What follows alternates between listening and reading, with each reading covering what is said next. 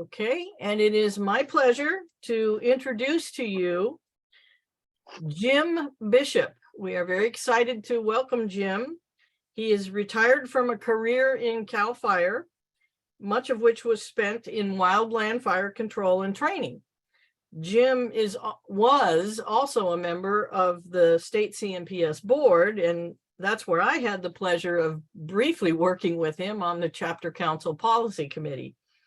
His career began as a firefighter and ended as battalion chief. Jim got his formal education in physics and atmospheric science.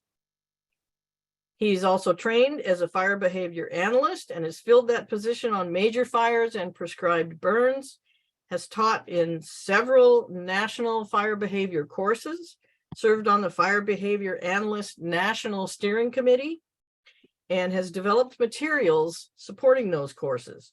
He developed and taught a simplified method for applying the standard fire behavior model for use by firefighters on the fire line.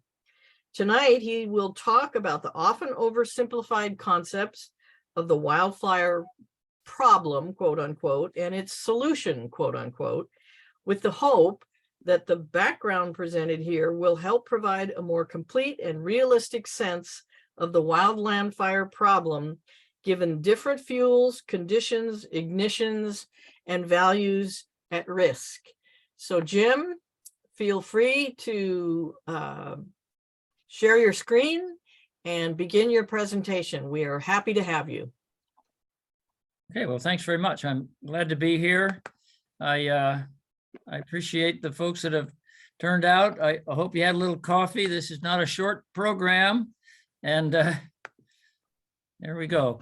So as the introduction said, I hope to just paint a bit more complete and realistic picture of what is often simplified in the following way. You'll hear it on the media all the time. Fire exclusion has led to fuel buildup, which has created, they use various impressive terms, tinderbox, powdered keg conditions, leading to bad fires. We could call that the fire problem, destructive fires, expensive to put out, and more burning is the answer to eliminating that problem. However, it's not quite that simple. And what I want to do is present a little bit more realistic view at the problem. And I want to base that on looking at fire's actual behavior. I've got lots of images from burns that illustrate how fire has behaved in different fuels. And I think a good grounding in fire behavior and not just sort of the media repetition of simplistic statements is a little better background. So understory fuel reduction is sort of the main theme of preventing serious fires. And that, in fact, is just a limited set of circumstances out of a number of them. And I want to illustrate those at least kind of schematically. There are many different fuel types in California. And there are fire intensities that vary all across an entire range, but you could call them low, moderate, and high. So let's look at a little matrix with all those conditions in it and point out the fact that mid-elevation conifers, low intensity fire, and perhaps some moderate intensity fire is that ideal that eliminates understory fuel without doing any of the damage and presumably leads to ideal conditions in which serious fires don't occur. But in other fuel types and at other fire intensities, that's just not the case. And we'll talk about a lot of those. Furthermore, in the modern day and age, we have at least 10-fold, sometimes as many as 20-fold greater ignitions than ever occurred in the natural setting. So that too creates a real difference that has to be acknowledged. The fuel beds have been greatly altered. They've been altered by grazing, logging, introduced plants, et cetera. We'll talk about that. And we have many more values at risk. We have things in the way that people just as soon not get burned up. So having fire just do its own thing is a little bit of an oversimplified idea. So we're going to talk about fire behavior. Fire advances by conveying heat forward, in part as wind blows through the fire front and actually advects heat forward. Also, radiant heat propagates into the fuels, and very importantly, small-scale convection and flame contact helps to advance the fire. And as that process moves forward, it's not like an object moving forward, it's an advancing process. It's enhanced by wind, which increases the heat transfer forward. A slope does a similar thing, and it's enhanced by dryness, which helps increase the output of the flame itself and reduces the heat required to bring new fuel to ignition. And we characterize one of the main features of fire behavior is the rate of spread. How fast is that flame front advancing? It has a great deal to do with where you can be and when you have to be there in order to exert some sort of control influence. The fire models that we have used have been developed primarily up at the Fire Lab in Missoula, the National Fire Lab. Here's an example of them burning an artificial fuel bed and measuring all the attributes they can. They also have a wind tunnel in which they do this, and they have high-speed videos and so on to analyze in detail how fire propagates and to help develop models that allow one to sort of predict that. They further develop and calibrate them in the real world. And there's another aspect of fire aside from the flame front that is a terrific problem. I'm going to point it out again, both for control and structure loss, and that is you see the flame front, but what you don't see much of the time are flying embers, small bits of vegetation that are hot and are carried up in the convection column and forward in the wind, and they drop out and are still capable of lighting new fires. And that is probably the largest problem there is in terms of fire control. Here's a picture. You don't see them in the daytime. You see them under certain conditions at night. Myriad, literally in the billions, I'm sure, on a major fire, hot brands that can go great distances, well over a mile in some cases. Here's a case from a fairly recent fire down along Interstate 5 in Southern California, heavily windblown firebrands. They are a big nuisance. We use a few terms. I want to make sure we're using them in a way everybody understands. Rate of spread, I mentioned. It's how fast that flaming front advances. Intensity is a measure of how rapidly heat is being released from the fire front. A higher fire line intensity manifests itself in greater flame lengths. If you have higher heat output fuels and or you advance the fire more rapidly through them, both those things will increase fire line intensity. Severity is a term I tend to use more to describe the conditions, severe conditions being those in which the fire behavior is at its worst, applying to the weather and the fuels. It's often used to describe how damaging the burn was, a severe burn or not, but I use it mostly to describe the conditions. Crown fire refers to fire that consumes foliage of trees and shrubs, living foliage, and advancing through crowns continuously rather than just sporadically. Torching is the process, the name we give the process in which crowns ignite and burst into flame and torch out, but there is not a continuously advancing crown fire. Both of those create a lot of firebrands. Scorching just refers to the foliage being killed by a surface fire, very common in conifers. They can't take much heat, and if you scorch the canopy, they don't come back. So we'll talk about wildland fuels, probably the most single useful designation is dead fuels versus live fuels. Dead fuels have fuel moisture that is controlled by relative humidity primarily and follows largely daily patterns of change. Live fuels, which is all the living foliage, whether it's needles or leaves, whatever kind of plant it is, it's the living foliage. They have a fuel moisture that's controlled by the plant's physiology and soil moisture. Plants are very good at making do with the moisture they have. So there are a great many physiological controls on a plant's moisture, and they in turn are dominated by seasonal patterns, not daily patterns. Now, we've used the term fuel moisture, and we need to identify what that means. The way it's done is to express the water in the fuel as a percent of the dry weight of the fuel, not the total weight of the fuel. In other words, if you have a sample that contained 6 grams of water and 10 grams of it was dry weight, leaf or grass or whatever, 6 is 60% of 10. And so that would be described as 60% fuel moisture. Time lag is a term you sometimes hear. You'll hear them talk about, for instance, 1,000-hour fuels. That just refers to the fact that any fuel this is dead fuels, if the humidity changes, there's a certain amount of time lag before it adjusts by either losing or gaining moisture, adjust to the new humidity. And the time it takes to go about 2/3 of the way to the new equilibrium is called the time lag. And here's some examples. So-called 1-hour fuels are up to 1/4 inch, characterized here by small twigs, grass, pine needles. So in a rough sense, it means as the humidity changes, these fuels will respond in a matter of roughly an hour. Less if it's a fine fuel, a little more if it's a coarse fuel. 10-hour fuel moistures are 1/4 to 1 inch, and as the term suggests, these take some hours to significantly change their moisture in response to humidity.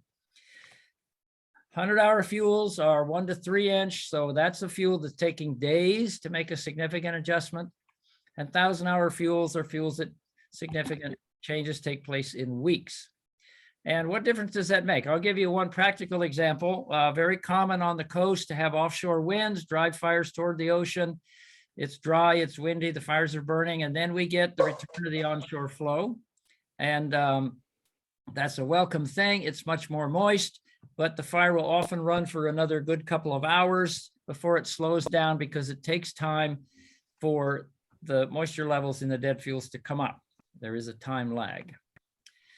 So dead fuels are part of virtually every live bush or tree. In this case, this is maritime chaparral, manzanita.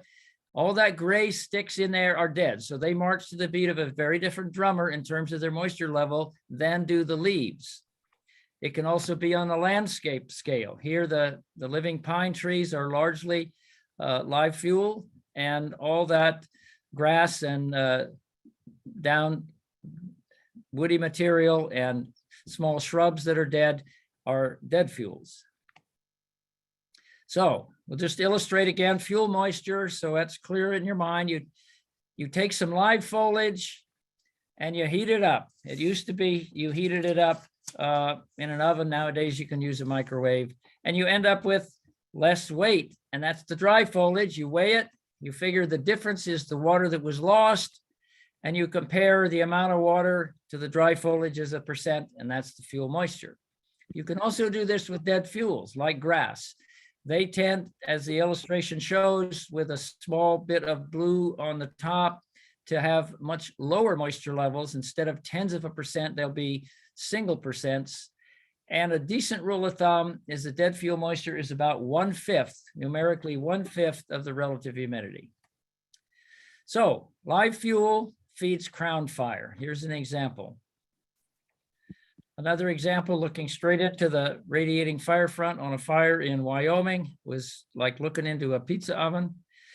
This is looking at a burn that was done at Fort Ord to convert it to public use by disarming the old shooting ranges. That same fire from the top, from a helicopter looking down into the crown fire front, that's a pretty dramatic picture. It looked like lava in a volcano. So live fuel moisture, as I mentioned, is seasonal. And here's a schematic but typical curve where through the year, starting in the winter and into the spring, the foliage begins to take up water, new foliage begins to grow.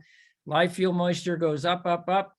The rains quit, typical in our Mediterranean climate. Hey, that wasn't supposed to do that. Get back there. It begins to decline. And by about midsummer, what the red arrow represents is a level where the foliage is pretty much ready to burn. And then it becomes drier throughout the rest of the late summer, and it reaches its minimum in the fall and begins to rise with the winter rains. If it's a dry year, it tends to push this curve down and backwards so that the critical level is reached a little earlier. But the minimum moistures are later in the fire season. New foliage, as is illustrated here, is much higher in moisture than old foliage. Toward the end of the first season, they begin to approach each other, but new foliage is much more high in water content than old foliage.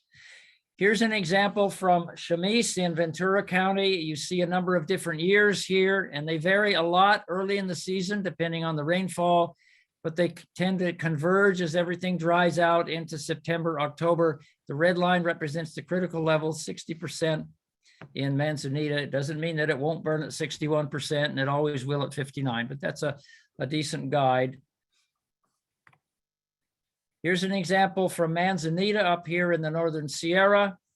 And there is the numbers for year 2020. So this is 2020 all the way back to actually 2021, back to 2017. And notice, here's the critical level.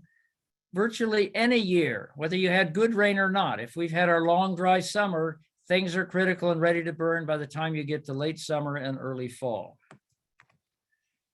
This is the 1,000-hour fuels. Remember, those are several inches in diameter, take a long time to dry out. A lot of variation early on, and you can wet them pretty good if you get some mid-season or early fall rains. But for the most part, they too are reaching their minimums late in the fire season. So it's an important thing to think about the transition between surface fire, which consumes surface fuels like this, and crown fire, which consumes crown foliage like this. It takes more severe burning conditions to enable crown fire. Relative humidities have to be down in the range of certainly 35%. That's typical in Southeast US, down to about 20%. That's more typical in our Western states. And live fuel moisture has to be at the so-called critical level, which in pines can be quite high, maybe 70 or 80% in chaparral. The reason RH has to be down is the kindling, that the burner that essentially ignites the foliage is primarily dead fuel. So its moisture levels have to be dry enough that it has a high enough heat output. And an interesting thing about crown fire is illustrated in this picture. Everything has to be just right. Here we see crown fire has spread across this saddle and up this hill. If you were to measure the actual conditions in this area that burned before it burned, and over here, you'd get virtually the same number in terms of humidity, fuel moistures, et cetera. And yet a certain critical threshold intensity is necessary to keep that crown fire propagating. It won't propagate sideways and it won't go backwards. So it has to reach a certain level of self-sustaining crown fire, and then it moves until conditions change a little bit, and then the crown fire will drop down to the ground. We can take a pretty useful look at the three major classes of fuels and think about what dictates their fire behavior. First of all, litter. That's all the dead stuff that fell down on the ground. It's needles and leaves and small sticks and so on. Notice it's dead. That's a favorable characteristic for burning. Dead fuels tend to be lower in water. It's compact. That's not so good. That means air and flame doesn't propagate as well through it. And it's horizontal, which isn't so good because heat likes to rise. So it's got one thing going for it. It's fine and dead. Compare that to crown foliage. It happens to also be fairly small. In fact, it's mostly crown foliage that's living as crown foliage that fell on the ground to make the litter, but it's vertically arranged, which is ideal, and it's nice and open. Against it is it's live and it has a lot of water in it. Grass is a perfect fuel. It's dead, it's vertically arranged, it's open to an optimal degree to allow airflow and oxygen and flame propagation. And so we go from litter as the slowest fuel in terms of a typical rate of spread under given conditions, crown foliage intermediate, and grass burns the fastest. Numerically, you put them on a scale. If litter is a 1, crown foliage is roughly a 4, and grass is about a 15. That's with all other things being equal. This graph illustrates a couple of things. Across the bottom, this is the effective wind speed increasing. This is the rate of spread increasing. And we look at litter as a group. It's the slowest fuel. It does increase with increased wind, and it spans a certain range of values depending on the nature of the litter. Crown foliage includes shrubs, chaparral, trees, etc. It's surprising, but the spread rates in crown foliage are pretty similar in spite of the different architecture and size of the plants, but it's obviously much more fast burning than litter. And the champion for setting speed records is grass. And again, this is about a 4-fold step from here to here to here for a given wind speed as rate of spread. Wind is critical. It varies in so many ways. If you didn't have wind, you could put virtually any fire out with a scratch line around it. But wind is the key that makes fire difficult or not. It varies as it passes over the terrain. It varies with the vegetation and flame height in terms of what wind is actually driving the flames forward. It follows daily patterns. There are special cases like fern winds, which are strong downslope winds, frontal winds, thunderstorm outflow winds. And what the wind is doing has a lot to do with the seasonal patterns you see throughout the year in terms of the fire environment. If you want to know where the wind speeds are highest in the terrain, somebody's done a lot of work already to figure that out. Where do they put the windmills? So here's a general rule of thumb. We're kind of looking at a schematic rolling hillside here. Imagine a wind from left to right. And this wind that I've just illustrated, the length of the arrow kind of conveys a sense of how strong the wind is. Those would be what the meteorologists would call general winds or ridgetop winds or 20-foot winds. And they're pretty much flowing along without being bothered by the terrain. But down here on the ground, the windward slope near the base is, you would measure only about half that wind speed. If the winds aloft were 10 miles an hour here, you'd measure maybe 5. Further up on the hill slope, you'd measure the full 20-foot wind speed. Go over to the other side. First of all, it gets very turbulent typically. And then it goes on to the next slope and a similar pattern. So there you see a lot of variation in wind that's due to nothing more than the variations as it moves across the terrain. And if you kind of take the average on this lee slope, you get about 3/4 on the top, 1/3, and 1/4 at the bottom. So as fire moves through that pattern of wind changes, it demonstrates vast differences in behavior. Another thing that affects wind speed is how dense the stand is. Obviously, that interferes with it. I'm sure you've all had the experience of stepping into dense forest and finding there's virtually no wind, even though it's howling across the ridgetop. In this example, that's a fairly open stand. The wind speed that was measured was about 5 miles an hour.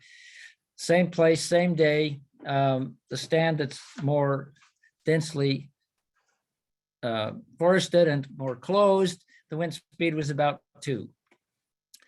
It also varies with height above the ground. So at the level of crown fire, we consider it to be the equivalent of a 20-foot wind, which is the height of a standard American anemometer. In Europe, it's 10 meters. And we use a factor of 1, meaning we don't reduce the 20-foot wind. We consider that at crown level, it effectively is. Down at grass fire, about at eye level, the wind speed is only about 3/4 what it is over your head.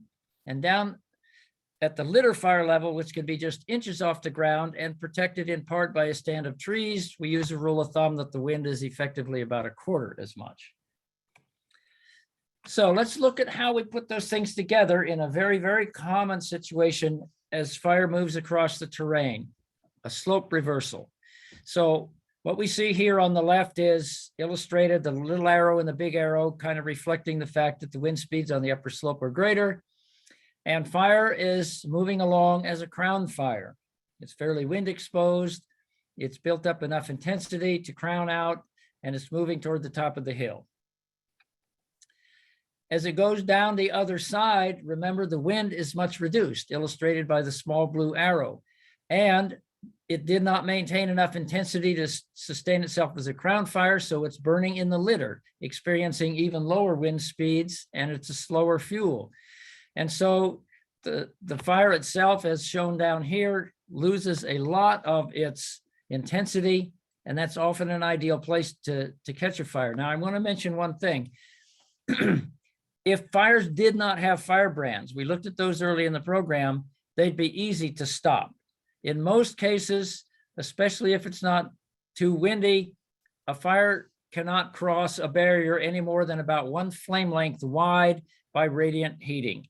So all you'd have to do is go to the backside of the hill here and put a hand line or a dozer line down there that was even a few feet wide, and the fire would back down to it and quit. But it doesn't do that because firebrands have already gone over your head and are a mile away. So firebrands, once again, are an absolutely critical part of fire control difficulty. The change in rate of spread, just looking at going up a hill as a crown fire and back down the other side as a litter fire, can easily introduce a 100-fold change in rate of spread. So let's look at the daily rhythm of things. Here we have midnight, 6 in the morning, noon, 6 in the evening, etc. And what's illustrated here, don't pay so much attention to all this stuff, but just the arrows. Let's let the left-hand arrow represent downslope, gentle winds. They begin to pick up throughout the mid-morning. They reach their peak during the afternoon, and then come evening, they turn around and become weak downslope winds again. So here's the strongest wind of the day. And let's impose upon that same time scale the fuel moisture, because humidity is going up and down throughout the day. Fuel moisture is at its minimum in the afternoon. So a typical daily rhythm of fire is that from about late morning into early evening is when the fire is most active.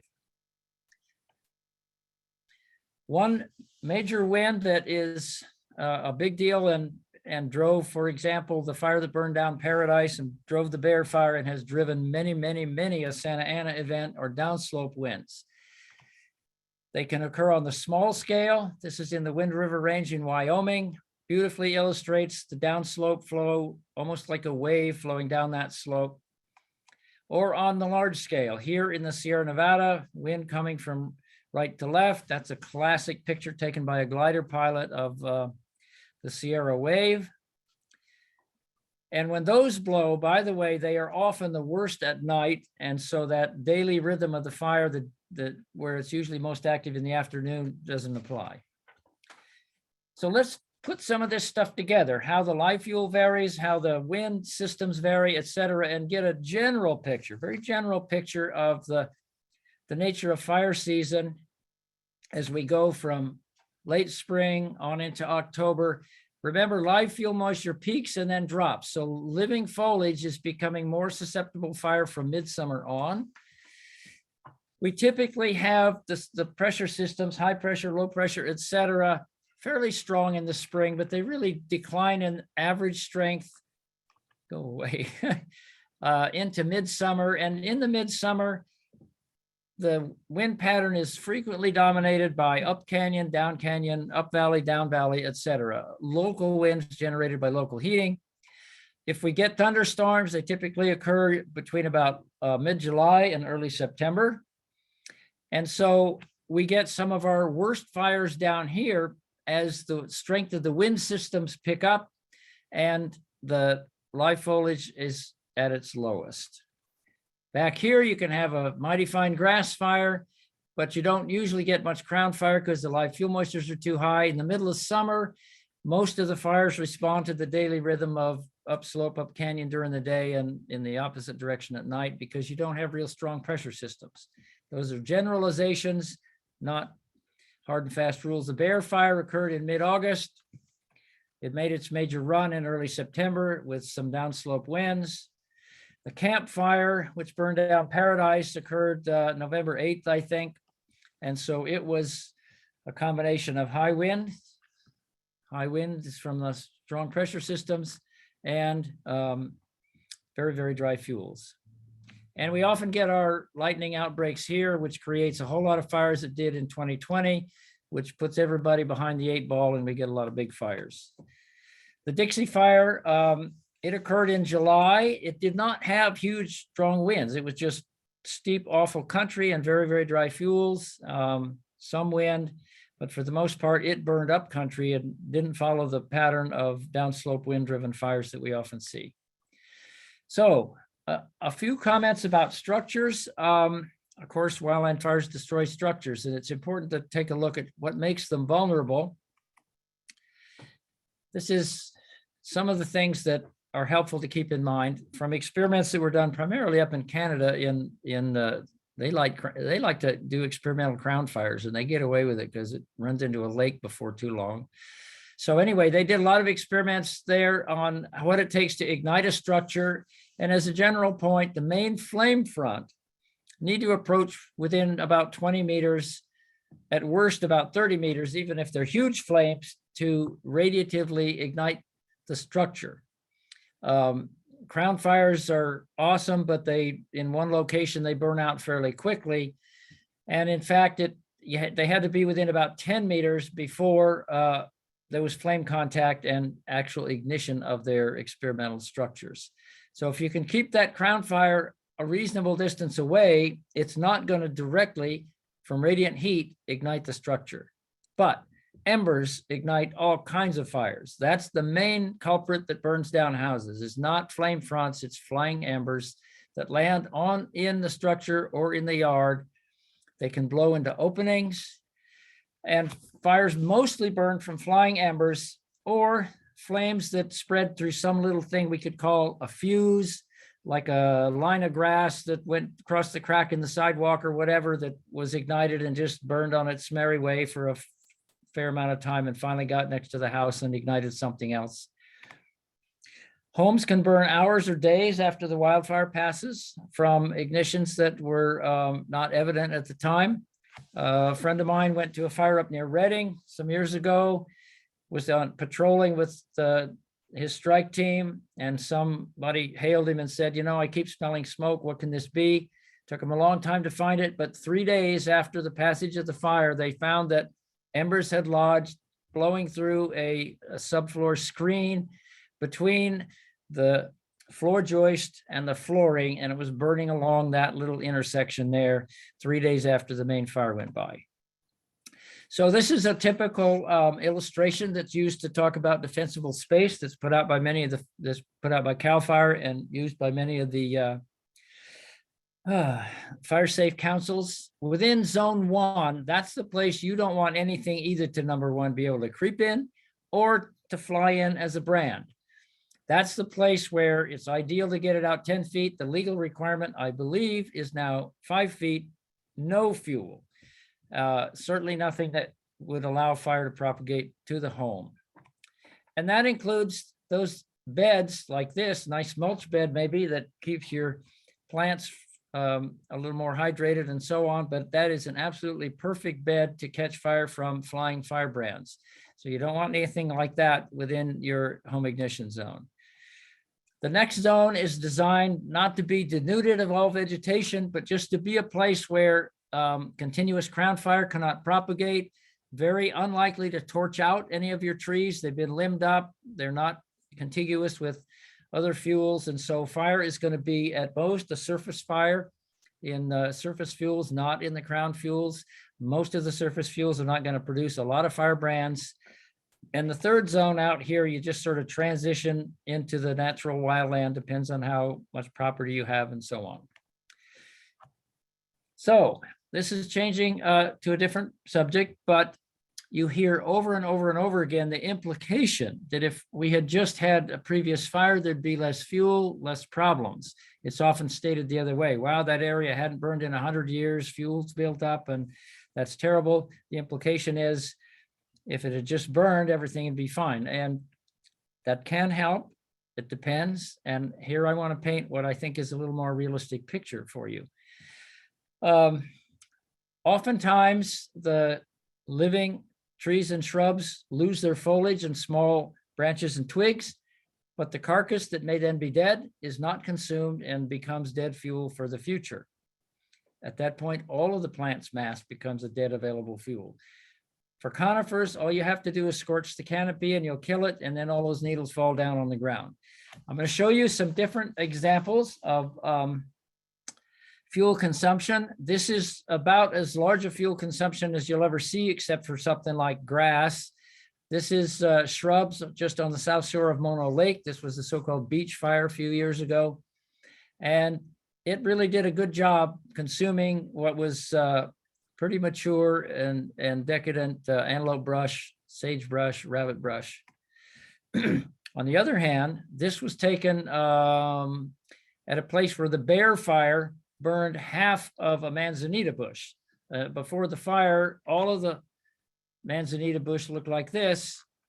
This half burned, and now all of it is dead and has become available fuel for a future fire. Here, if it burned, only about 10% of that, the foliage would burn. The part that's missing from here was the available fuel the first time around. Here's another example. This is in the Jeffrey Pine Forest, south of Mono Lake, pretty light understory. There was a fire there in 2000 called the Crater Fire, and it crowned. It also scorched, killed a lot of trees. Eventually they blew down. So there's a lot of heavy dead woody material on the forest floor, and a lot of shrubs and young trees coming up through it. So that fuel bed is being rebuilt. It would allow fire spread right now, actually a fairly intense and fast moving fire. So the previous fire didn't eliminate the fuel. In some sense, they created fuel. Here's a photograph from a fire here in Butte County in the Sierra Foothills. That was oak woodland. And now essentially everything in that photograph is dead. The trees were killed, and what wasn't burned is still standing there. Some of it's starting to fall down. The grass crop is heavier than it ever was because it gets lots of light now, but of course it dies and dries every year. So that fuel bed has more available fuel than it did before the fire went through. Here's an example from up in the timber where the trees were charred and scorch killed, and all of the needles have now fallen on the forest floor, beginning the buildup of the surface fuels in that fuel system. Here's a picture taken quite recently. The Dixie Fire, which was last year, burned a large part of Lassen Park. There have been other fires there. One was in 2012. It was called the Reading Fire. It was a lightning fire that they decided to let burn. It got away, tore out across the park boundary, and ended up burning about 29,000 acres. What you see on the left is the Reading burn scar. You can see a lot of brush has come back in underneath, and the dead trees, the standing dead tree we call a snag, are still there. And on the right, what you see is where the Dixie Fire burned in the old Reading Fire scar. It varied in its intensity, but here it actually burned the snags that were standing, many of them, burned all the surface fuels, and so fire propagated through even this pre-existing burn fairly well. And I want to point out one more thing. Not just can these previous burns carry fire, they certainly can, but they also, in many cases, have created a situation that makes fire control more difficult. These snags are terrible to work around. They're much more likely to fall than a live tree in the wind. They catch fire, they partially burn through, then they fall down.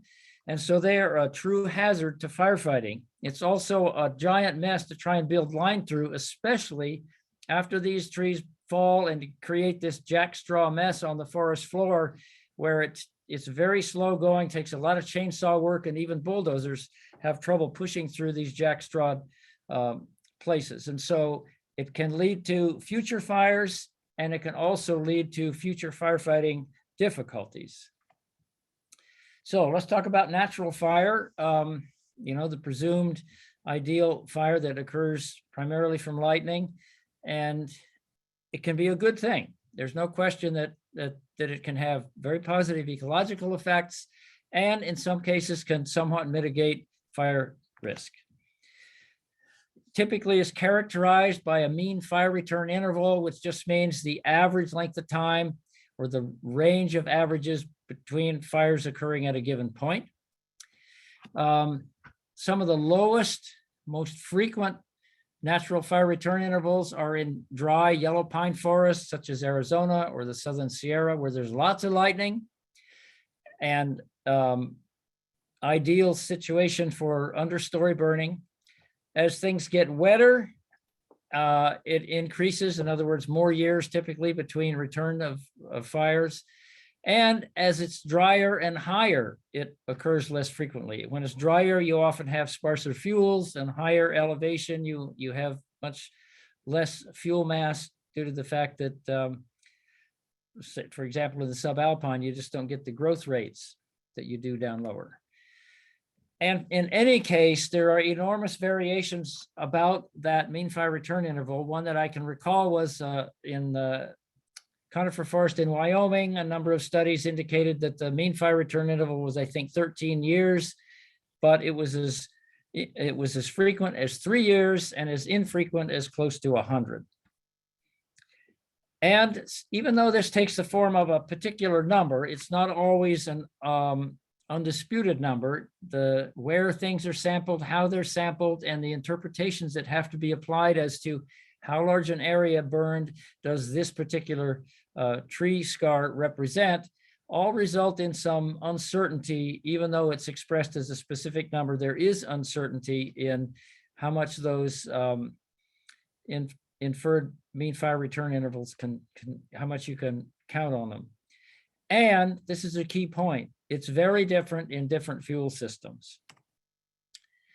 Another point is when the burn conditions are severe, intense fast fires can occur in any grass or crown fuel type. They are a little slower in litter, even if it has had a natural fire regime. Having burned it doesn't last forever. You can get serious fires again within certainly about half or less of the supposed average mean fire return interval. It's been observed to be as little as 3 years in major burns in Southern California and the Chaparral, certainly less than about 10 in timber. So it can burn again before it reaches its due date, so to speak, on another round of natural fire. So I lost what's up there. Anyway, you can't see. There's things on the screen covering my slides. So we'll see what this says. Oh, okay. This is in conifers. Ponderosa pine in the Pacific Southwest, low intensity natural fire regime typically had a return interval of somewhere between 4 and 40 years. The understory would recover in about 5 years. An interesting point is fire frequency, especially in places like Arizona, actually declined with grazing because the grazing took away that beautiful fine fuel that was the grasses on the forest floor that allowed the low intensity fire to spread. Mixed conifer from the Central Rockies is, again, there's differences in opinion about what the mean fire return interval is, but one of the major fire ecologists that studied this out of the University of Wyoming inferred, as did others, fire return interval maybe about 100 to 300 years. Stand replacement fire. Stand replacement means it crowned out, it died, and it's got to grow all over again. That is typical in lodgepole dominated conifer stands, and that's very typical in the Rocky Mountains. The coastal forests, which of course are wetter up into the Pacific Northwest, those fire return intervals can range into centuries or even a millennium. However, even though they're kind of wet, when things dry out, they can have hellacious burns. Oregon has had some in fairly recent times. The famous Tillamook burn on the Oregon coast were extraordinarily intense fires because there's a lot of fuel there. And when you dry it out, of course, the potential is there for very, very high intensity fires. Subalpine, which is as you begin to approach tree line, and the fuels are much more sparse. They shed much less litter, needle litter, and so conditions are just not that conducive to fire. The other thing, I've never seen this quantified, but just like it's harder to breathe when you're at 10,000 feet, it's a little harder for the fire to get the oxygen it needs to. So somehow that probably helps reduce fire intensity. In any case, fire return interval on the order of centuries, typically. So the ideal conifer forest looks something like this. This is Jeffrey pine, nice needle layer underneath. And you have an ideal surface fuel layer through which fire will propagate very readily, but never gets too hot. It's just flames are inches high, and it does a nice job of cleaning everything up. Why does that work? Well, this picture kind of illustrates why it works. Notice that the crown foliage is up here. It's 10, 20, 30 feet above the ground. So it's not going to ignite just because you have a small fire down here. The other thing, very importantly, is you have a good fuel as the surface layer. You can't beat ponderosa pine needles. These are Jeffrey pine needles actually, but they're thick. They burn beautifully. Fire propagates continuously through it without ever getting to be too hot and too high intensity. And so you have an ideal surface fuel layer, and you have an elevated and out of reach crown fuel layer, And so you can reduce the surface fuels, and you can do that with low intensity fires. Works perfectly here, but I'm going to show you a lot of places that don't look like this. So remember this picture: ideal surface fuels and foliage well above the surface.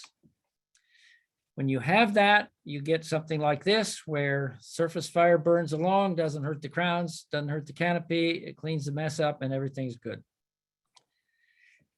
But a lot of the forest doesn't look like that. This is a slope in the Feather River Canyon. The fuels vary a lot. It's steep, difficult country to work on. You can get some high intensity runs, in part because of the slope.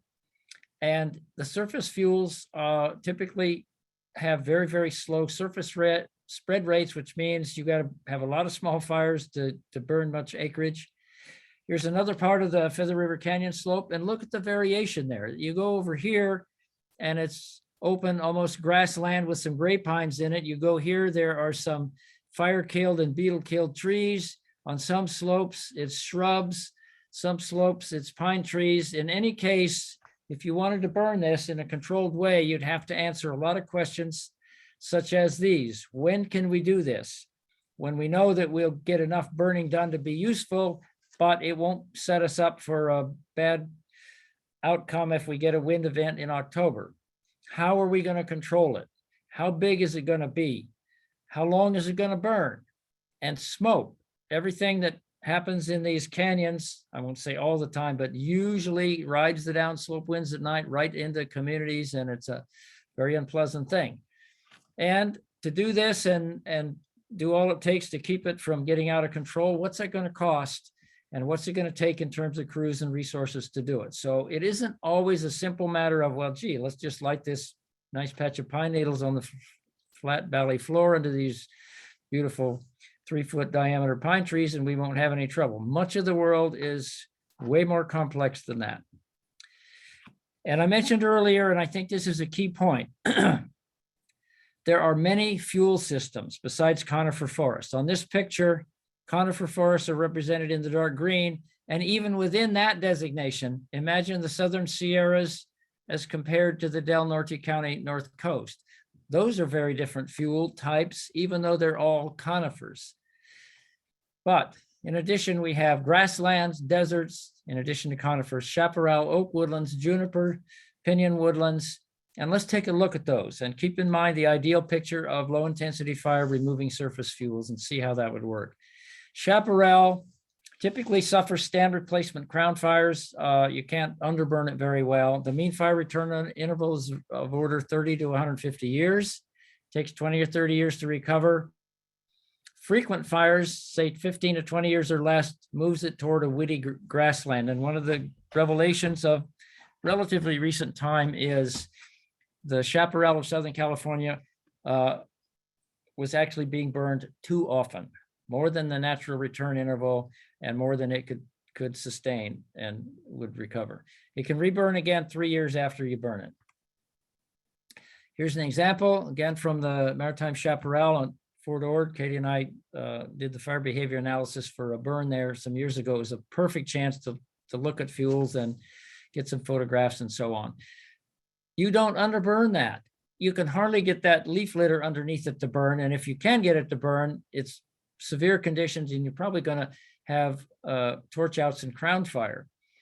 And so there is no elevated crown mass well above the surface fuels. There's a little bit of leaf litter and a whole lot of dead stuff. So if you get it to burn at all, it burns hot. This is coastal scrub. That doesn't look anything like a pine tree with foliage 30 feet off the ground and a nice layer of needles underneath. If it burns at all, it burns up. And if you burn often enough to significantly reduce the fuel load, which you can do, you'll begin to change the ecology and move it mostly to grassland.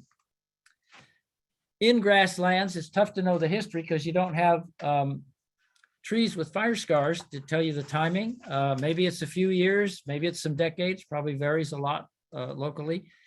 In a few years, the system in terms of the overall vegetation begins to recover.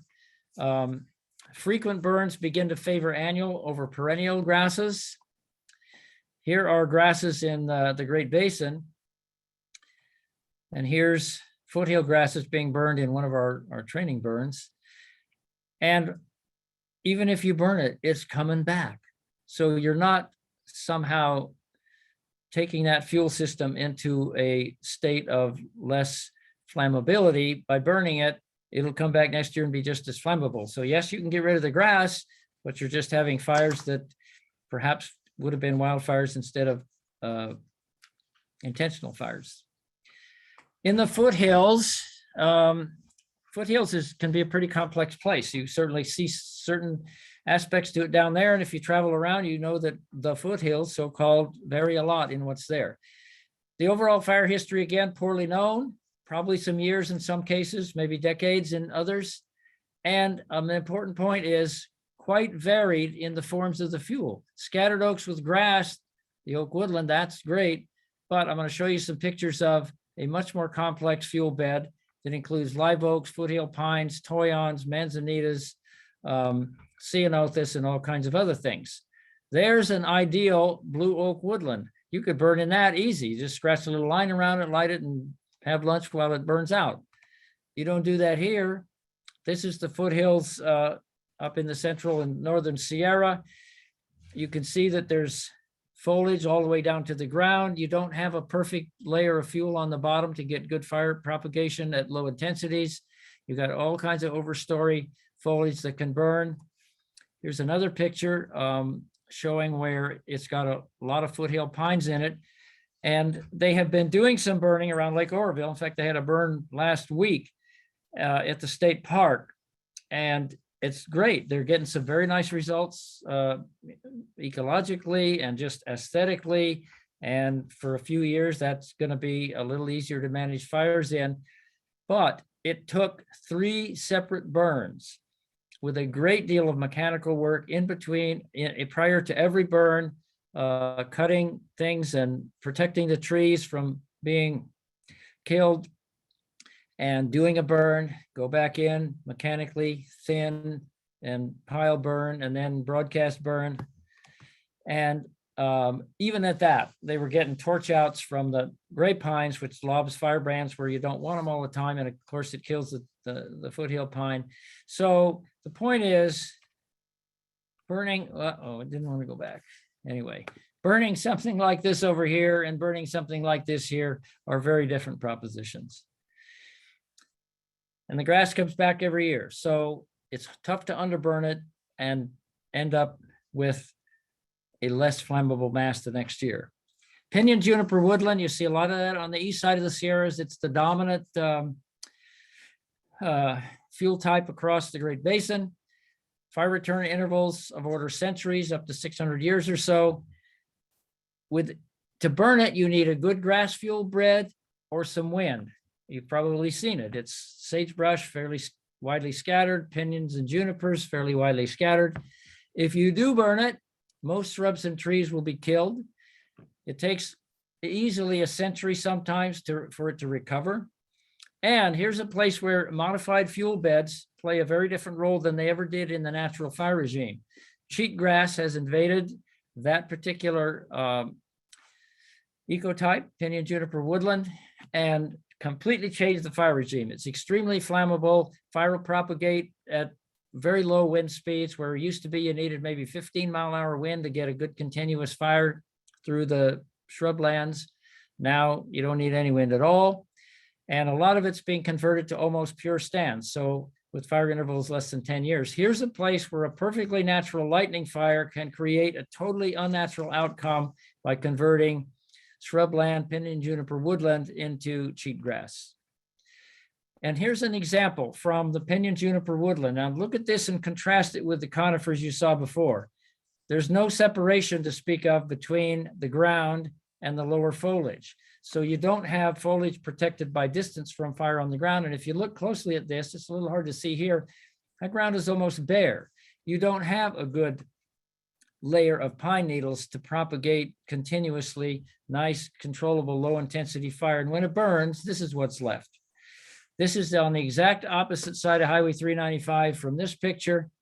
It has burned a lot within the last 20 years. And what you end up with is a invasive grassland with the dead remains of the trees and shrubs that were there before. Highly flammable.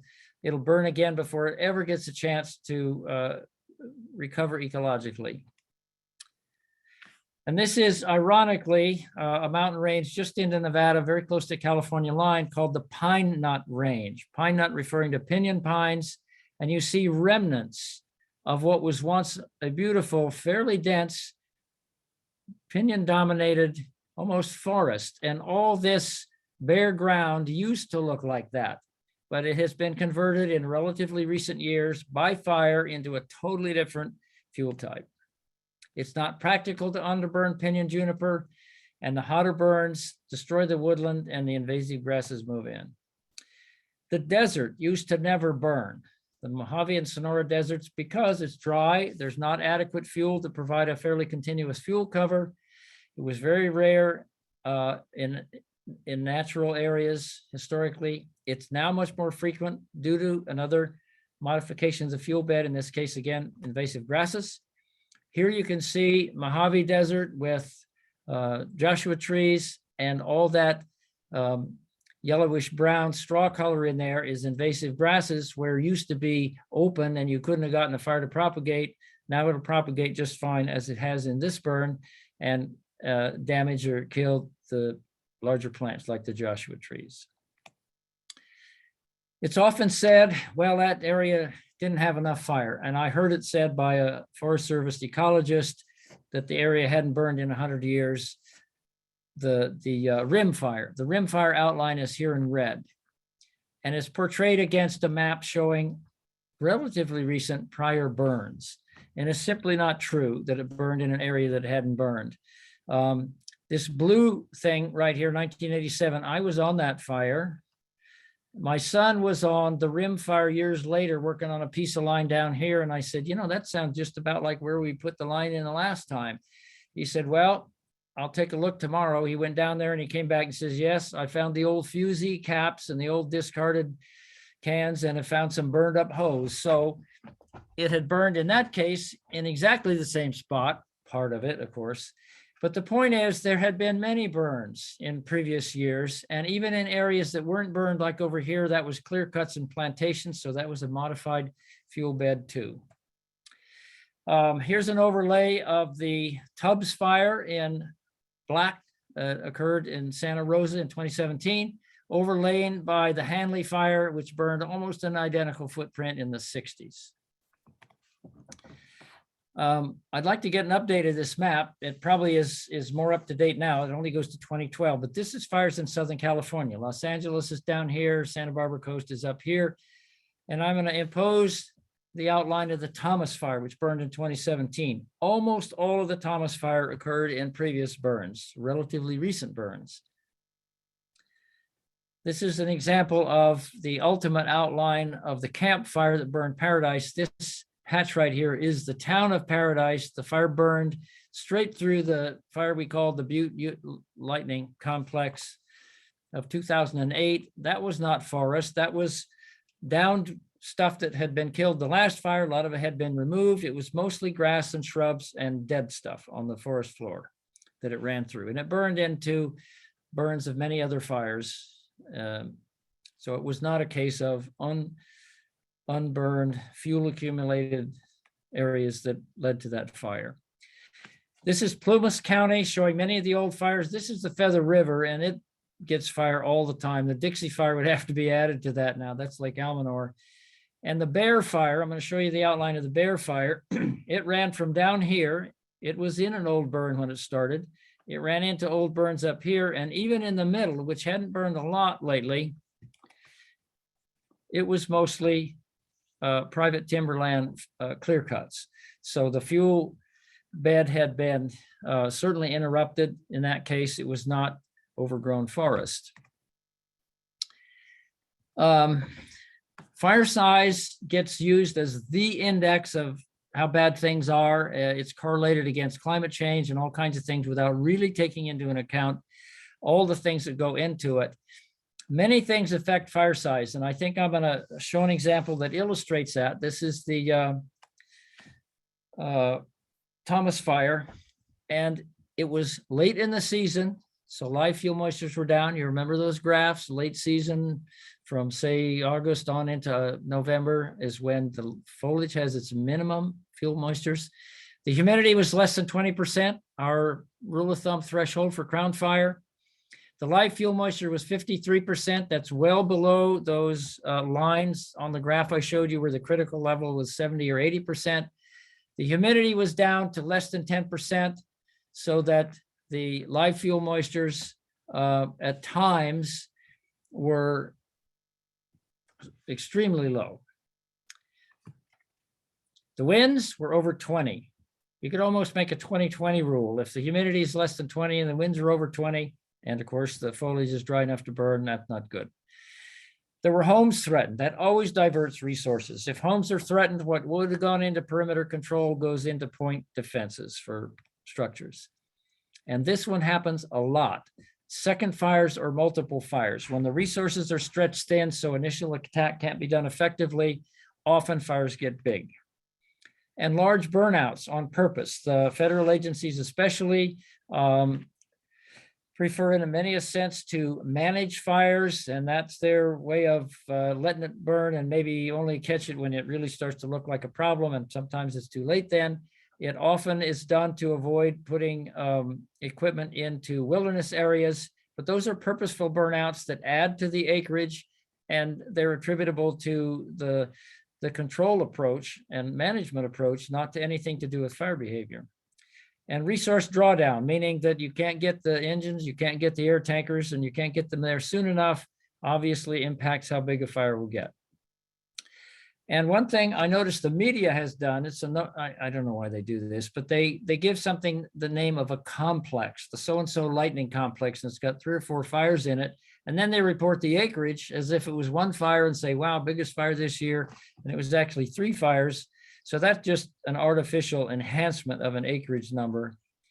And the fire management philosophy, which I mentioned briefly, having changed over recent decades from aggressive initial attack, keeping fires small, to the idea that it's better to let more territory burn. And whether you think that's a good thing or a bad thing, or sometimes good and sometimes bad, it doesn't change the fact that that in itself leads to much, much larger fires. They back off and fire from lines that are very remote from the current fire, and that makes fires bigger. That contributes to acreage. So let's look at an example here. This is the Thomas fire. So Ventura's down here, Ojai is over here, and the fire started on a bad offshore wind day in these hills that lie between, this is like the Oxnard area, and this is the Ojai Valley. So here's the fire, the first day or so, mapped. And there's something that was very little covered at the time, but you can see it right here. That's a second fire. That occurred the same afternoon the Thomas fire took off, not much later. I think it was also electrical. This fire probably would have been contained right here. These are the proposed division breaks. That's where they thought they were going to contain it. But they didn't have anything left to attack this fire. And this is the fire that went around Ojai and burned all the way to Santa Barbara. That's the fire that took in this territory.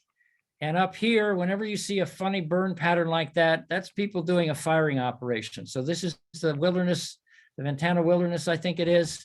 Up here, that may not be the right name, but all these acres are being added on purpose.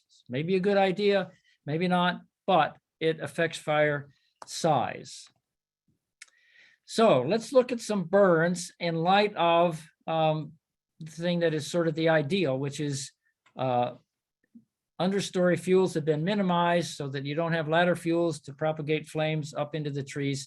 Here's a picture taken east of Lassen Park, and it represents kind of the situation you often hear described, which is we have mature trees, but there hasn't been any fire in a long time, so we've got a lot of reproduction coming in, these smaller trees, some of them a few years old, some of them a few tens of years old, different sizes filling in. This is the picture that is often in mind when people talk about fuel accumulation. So keep this in mind, and let's think about what that would look like if it burned. These trees, of course, would be burned, but they wouldn't be burned up entirely. The the trunks and the branches would still be there. They'd just be, the foliage would have burned off. It'd be black on the ground.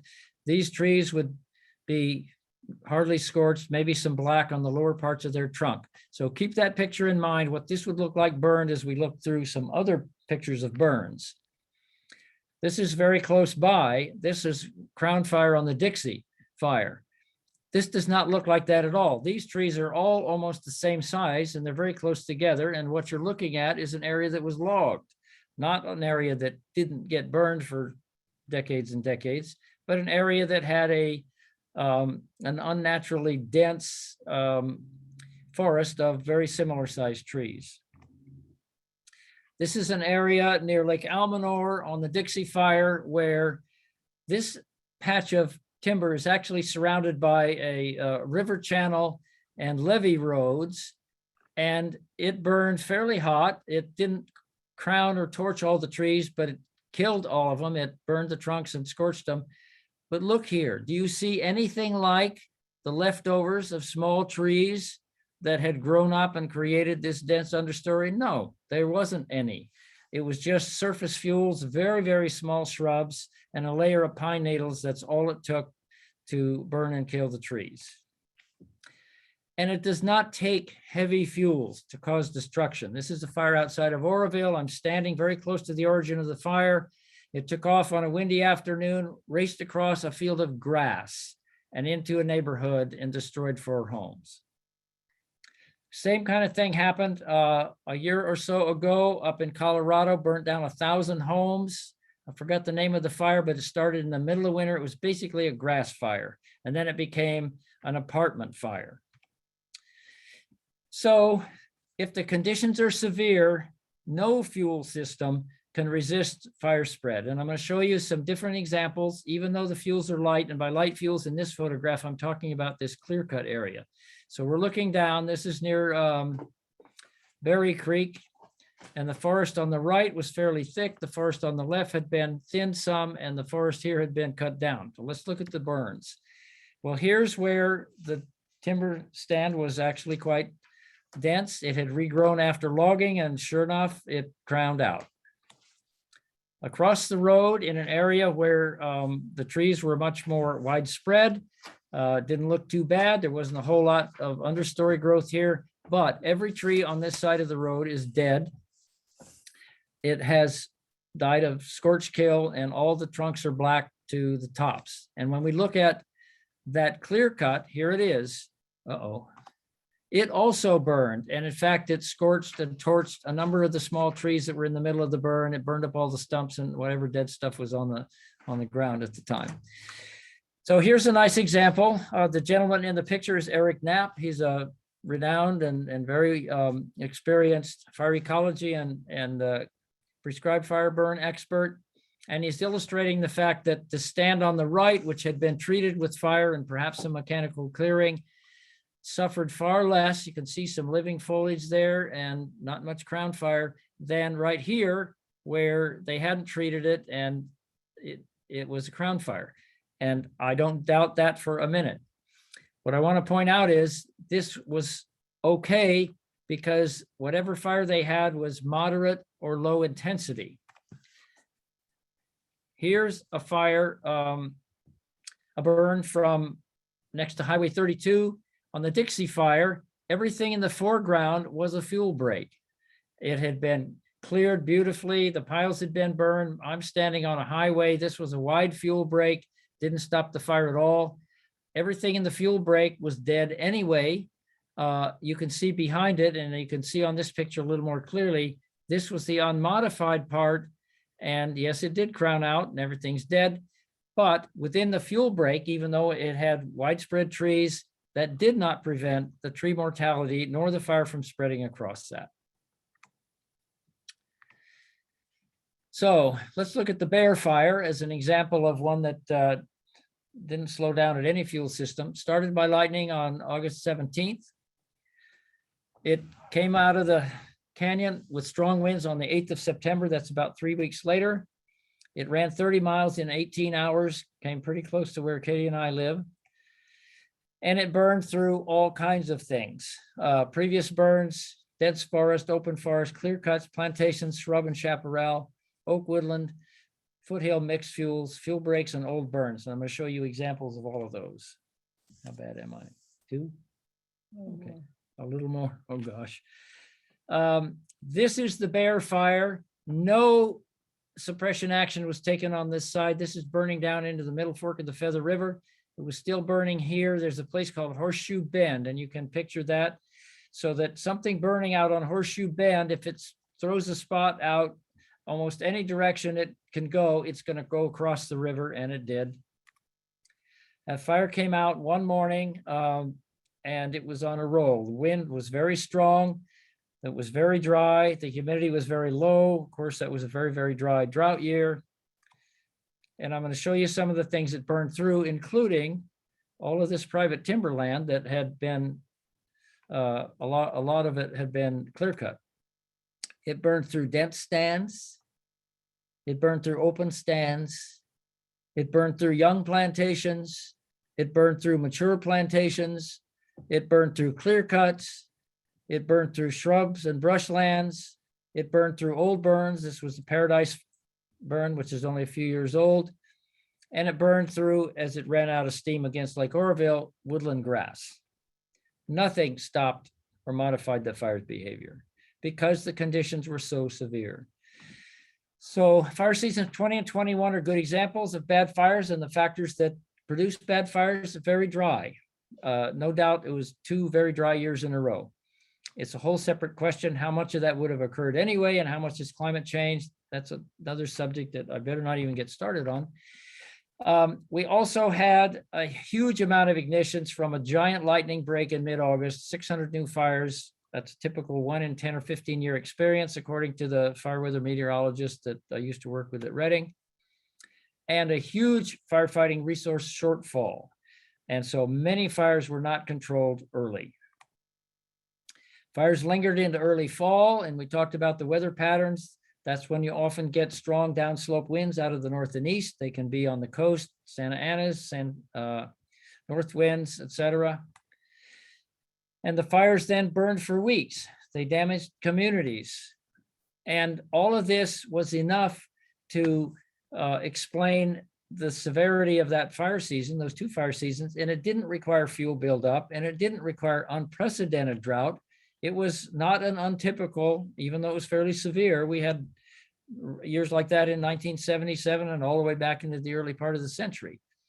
It just takes wind, too many fires, things get big, fuels are dry, and fires go. And here are the common denominators: dry fuels, low humidities for the dead fuels, late season, exacerbated by drought for the live fuels, wind, a lot of ignitions so that fires cannot be kept small, and the resources are just not there to do the job.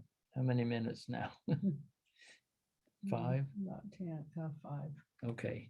My timer over here tells me I'm getting a little behind, so I'll try not to talk so much.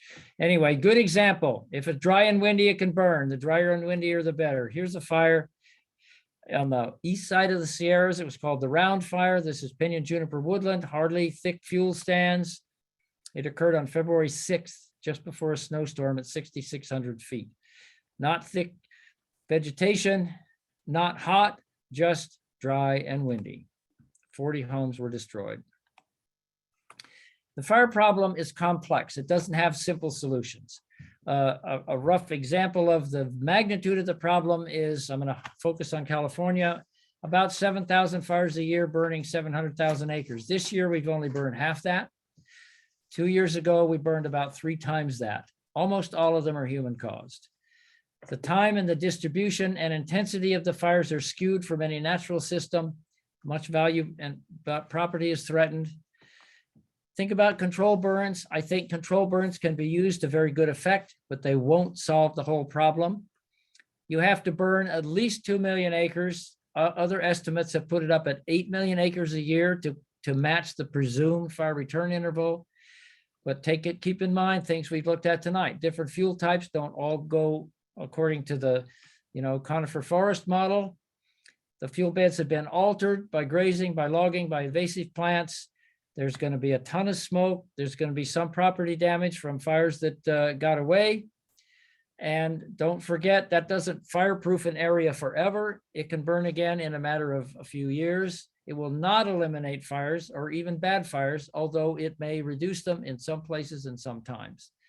That's going to be a huge program to accomplish several million acres burned in California in a given year and keep them under control. And the substitute, which is lit up unplanned fire, just go ahead and burn, is not a good solution. And I'll share with you an example. This is the Tamarack fire. Here it is on day 6. I think it was the 10th of July. This is all it is up in the McCollum Wilderness. Wouldn't have taken but a couple of people with a shovel and a portable pump to put that out. The Forest Service said it posed no threat to the public, to infrastructure or resource values. We're not doing anything with it. 6 days later, it came out, ran 20 miles, burned 69,000 acres, which was very destructive of the forest. A lot of that's not going to recover for a long time, and almost 24 structures. This is where that fire went on the other side of Highway 395. That's part of the Tamarack burn. So here's a little bit of bad news. It never was this simple over all of the West, all of the time. Simple understory, low intensity burns, keeping everything cleaned up. The good news is fuel modification and prescribed burning can help, especially in well-placed targeted zones. And homes can be made much more able to withstand fire. Poor old Smokey gets blamed a lot. All that Smokey ever did as a campaign was to discourage the careless use of fire and accidental fires. And that was never the cause of the fire problem, to encourage the public not to be careless with fire. It's still going to be necessary to have fire control forces to keep fires small. And so in a nutshell, as I kind of come down to, well, what can you do? And I'm going to contrast this with that first slide I showed, which this implied solution that's bandied about publicly and in the media is just more burning. Prevent accidental fires. That never hurts. The power companies are working hard on doing a good job of that, and they've actually improved quite a bit. Suppress fires quickly while they're small. You are never more efficient than a good initial attack on a small fire. When fires get big, the efficiency of control and efforts goes way down. You're much more likely to succeed early on. And if you're going to do some let burns, you can't just let any old fire burn because there it is. It has to be in a suitable location, and you have to maintain the resources and the forecast input so that it can be controlled at any time if conditions begin to shift toward threatening that it will get out of control and do damage. You can do a lot of well-targeted controlled fires and fuel reduction projects, but they have to be very thoughtfully done, and they're going to be partial solutions over part of the terrain and make homes much less vulnerable along with other property. So I know I've gone a little over time. If you stuck with me, thank you very much. It's a complex topic. We've scratched the surface, nothing more. I don't have all the answers. I hope at least it raises some questions so that you know that there's more to think about than just the simplistic stuff that gets amplified over the media all the time. So with that, I'm all done. And that's quite a mouthful, Jim. Thank you so much. That's an amazing presentation. Hopefully everyone can hear me. Thank you very much. I certainly got a lot out of that, and that's really amazing. There are a few questions that have popped up in the chat, and I'm going to sort of work backwards. And one question from Cindy Rossler, she asks, I think sort of towards the end of your presentation, she says, so in severe fires, should we just evacuate early, no matter how much prevention or preparation you did beforehand? Or is there some other approach? Wow, that's a good question. And I don't know that I have any special expertise in it. Sometimes I think evacuations get called a little early and held on a little bit long. So it can be necessary. It certainly was in Paradise, where people died that weren't able to get out of the way. if you have a well placed home and you've taken care of all your ignition zones and that sort of thing, you're probably going to be okay there. And so that begins to be a question that relates to how you protect the citizenry as opposed to how you accomplish fire control. So it's not necessarily my field of expertise. I think every person should take a look at it. They know their home, they know their vulnerability, they know themselves. Is it something where you just can't afford to take a chance, or you think, by golly, I think I can do this? And you make the decision. If the authorities are all saying leave, then you can accept their advice, but you don't have to. So I realize that's a non-answer to a very good question. I think it really varies from one case to the next. Do everything you can to make your home not vulnerable. Keep your eye on things. Pay attention to your own local weather so you know what happens where you are. And if it's really nasty, you may have to leave a while, but oftentimes you can ride it out. Yeah. Well, that's a fair answer to a tough question. Something that occurred to me probably about halfway through your presentation, and then I saw it pop up again from someone else. You talked a lot about grasses. I don't think you distinguish between annual exotic grasses and native perennial grasses. And I'm wondering, is there a difference in the fuel moisture levels or anything, or can you say anything about, differences between annual grasses versus perennial native grasses? The annual grasses are the worst. Perennial grasses, I think, as you say, do manage to have a little bit higher fuel moisture levels. In fact, some of them stay green throughout the entire summer. To be honest, we lack perennial grasses to an extent that I rarely saw them on fires in my career. I got more of them in my yard than I saw on fires. A generalization that I have seen is that the perennial grasses will suffer in the face of frequent burns, and the annual grasses will prosper because they're so good at just seeding themselves and dying and going away, and then their seeds are there for the next year anyway, and it doesn't hurt the crown with the meristem and so on, because it sprouts up the next year. So I think as a general thing, the annual grasses are going to propagate fire faster. It'd be more flammable through a greater number of months of the year than the perennials are. But okay.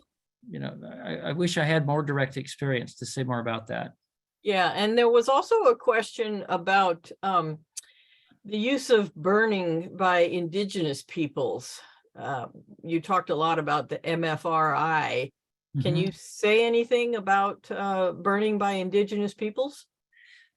What I think is true is, first of all, we don't have a ton of direct evidence, but there are oral histories and so on for whatever accuracy they might have. And so there's a lot of variation in people's views of how it happened. I think a very reasonable one is clearly there was burning by indigenous peoples. I think it was probably more localized and purposeful than we might envision. In other words, it was used to keep maybe acorn gathering grounds clear, or to burn areas that would resprout with a particular kind of vegetation that was used for basketry, etc., to drive game, to keep transportation routes open, etc. In other words, I think it focused largely on where they most of the time were, probably the canyon bottoms and the valley bottoms. So it was a factor in a fairly limited part of the landscape, more than it was a purposeful, broad, landscape-wide burning for fire risk reduction. That's the picture. Others have commented on that have much more knowledge than I do, and I think it makes reasonable sense that that's the case. Okay. One other question, and this is going to be a tough one. I think we have a local proposal. Well, it's not so local. It has local portions of the Forest Service is proposing, and you may have heard about it. The Los Padres has proposed some extensive fuel management involving logging and mastication and other methods that don't involve much environmental review. We're actually, CNPS is actually suggesting an environmental impact statement. The question that came up is, would we expect to see more grass coming in if they open the forest, which seems to be a negative? And any comments on that? Yeah, it's the slight cop out is it's going to vary a lot from place to place. Forest on the North Coast and forest in San Luis are different. But as a general point, you're absolutely right. If you open up the canopy, you get a lot of regrowth. And that's one thing that's responsible for changes in the fuel bed that are not necessarily advantageous just because you burn the canopy away. So it's quite true that not just grasses, but shrubs. And you look at, there, you can see that in logged areas all over the place. It's a natural response. If those areas tend to get a fair amount of water, the only thing that keeps the surface fuels down is lack of light. And so when you take away the canopy, you often get not just grasses, but small shrubs as well coming into place. In fact, there's a book, let me get it.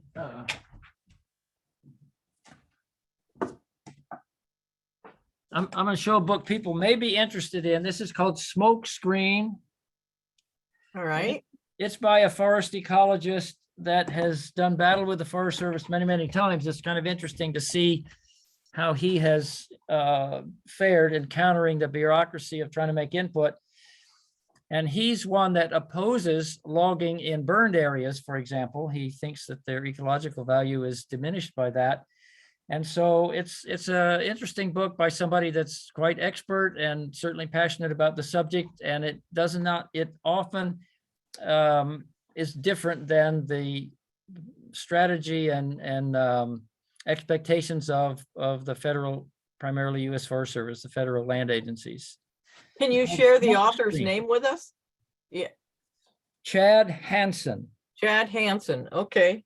So if you read it, you get some idea of what it's like to try and make input with regard to the environmental impacts of these planned projects. So it may be interesting to folks. Okay, well, thank you for that. And You're again, welcome. I want to thank you very much for your presentation. That is the end of the questions in the chat that I can see. Okay.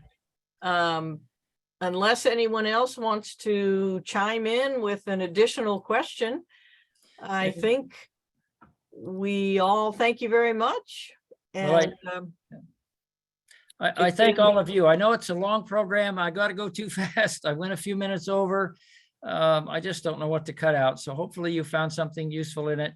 If anybody wants to email me, and I know, Melissa, you have it, or you could probably get it out of an old CNPS directory. People are welcome to do that, and I'll try and respond to it. Okay. All right. Well, thanks again, everyone, for attending. And it was, I found it very easy to follow your talk. So Good. Thank you again, Jim. You're very welcome. I appreciate right. everybody's attention. Okay. Good All night. right. Good night, all. And thanks to everyone. Bye-bye. Bye-bye.